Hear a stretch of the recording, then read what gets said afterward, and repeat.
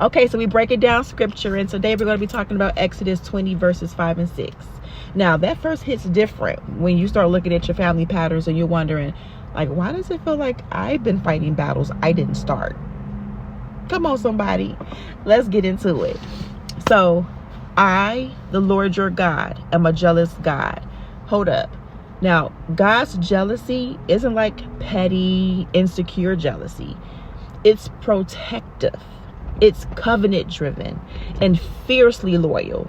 Think of it like this. He's not jealous of you. He's jealous for you.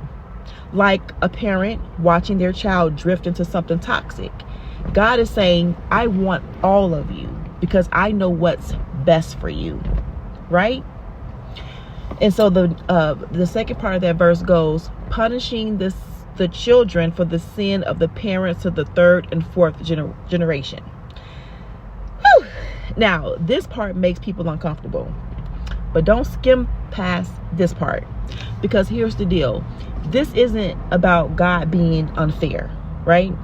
This is about generational impact. Sin is contagious when it's unrepented.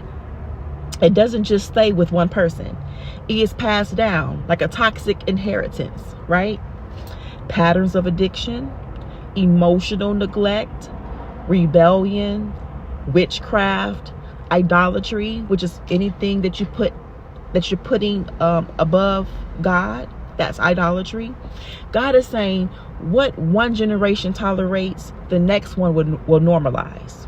Right? So if a parent opens a spiritual door to something, it affects the atmosphere of the household, and the consequences often outlive them. But here's the key. It's not about punishing innocent people. It's about the repetition of sin that keeps flowing through the bloodline unless someone breaks it. So guess what? If you are listening to me right now and you're thinking, well, looks like I'm doomed, don't stop there. Okay, don't stop there.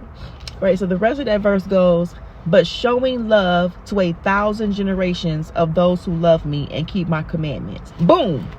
There it is. Look at that ratio. 3 to 4 generations of judgment versus 1,000 generations of mercy and love.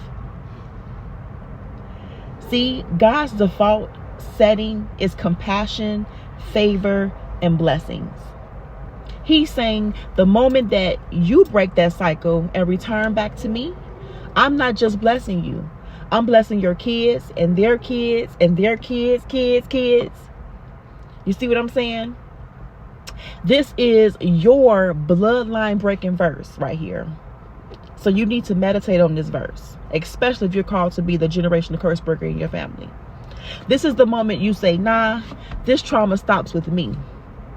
This is a legacy building scripture right here, guys. So let's get real. I want you to ask yourself, what family patterns do I need to confront? Not just emotionally, but spiritually. Am I allowing old generational sin to stay active because I haven't renounced it? Do I believe God is not just a redeemer for me, but for my entire bloodline? I want you to ask yourself these questions, because you're not cursed, you're called.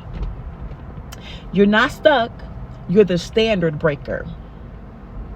You're not continuing cycles, you're creating legacy. So start acting like you're the one who was chosen to reverse the trend and reroute the inheritance. You're the interruption hell never saw coming. Think about that. Meditate on that today. And if you want help praying through this or identifying strongholds in your bloodline, let's go there. Comment below in the comments. Hit me up in my DMs. Let's talk about it. Let's go there. Let's get to breaking these curses.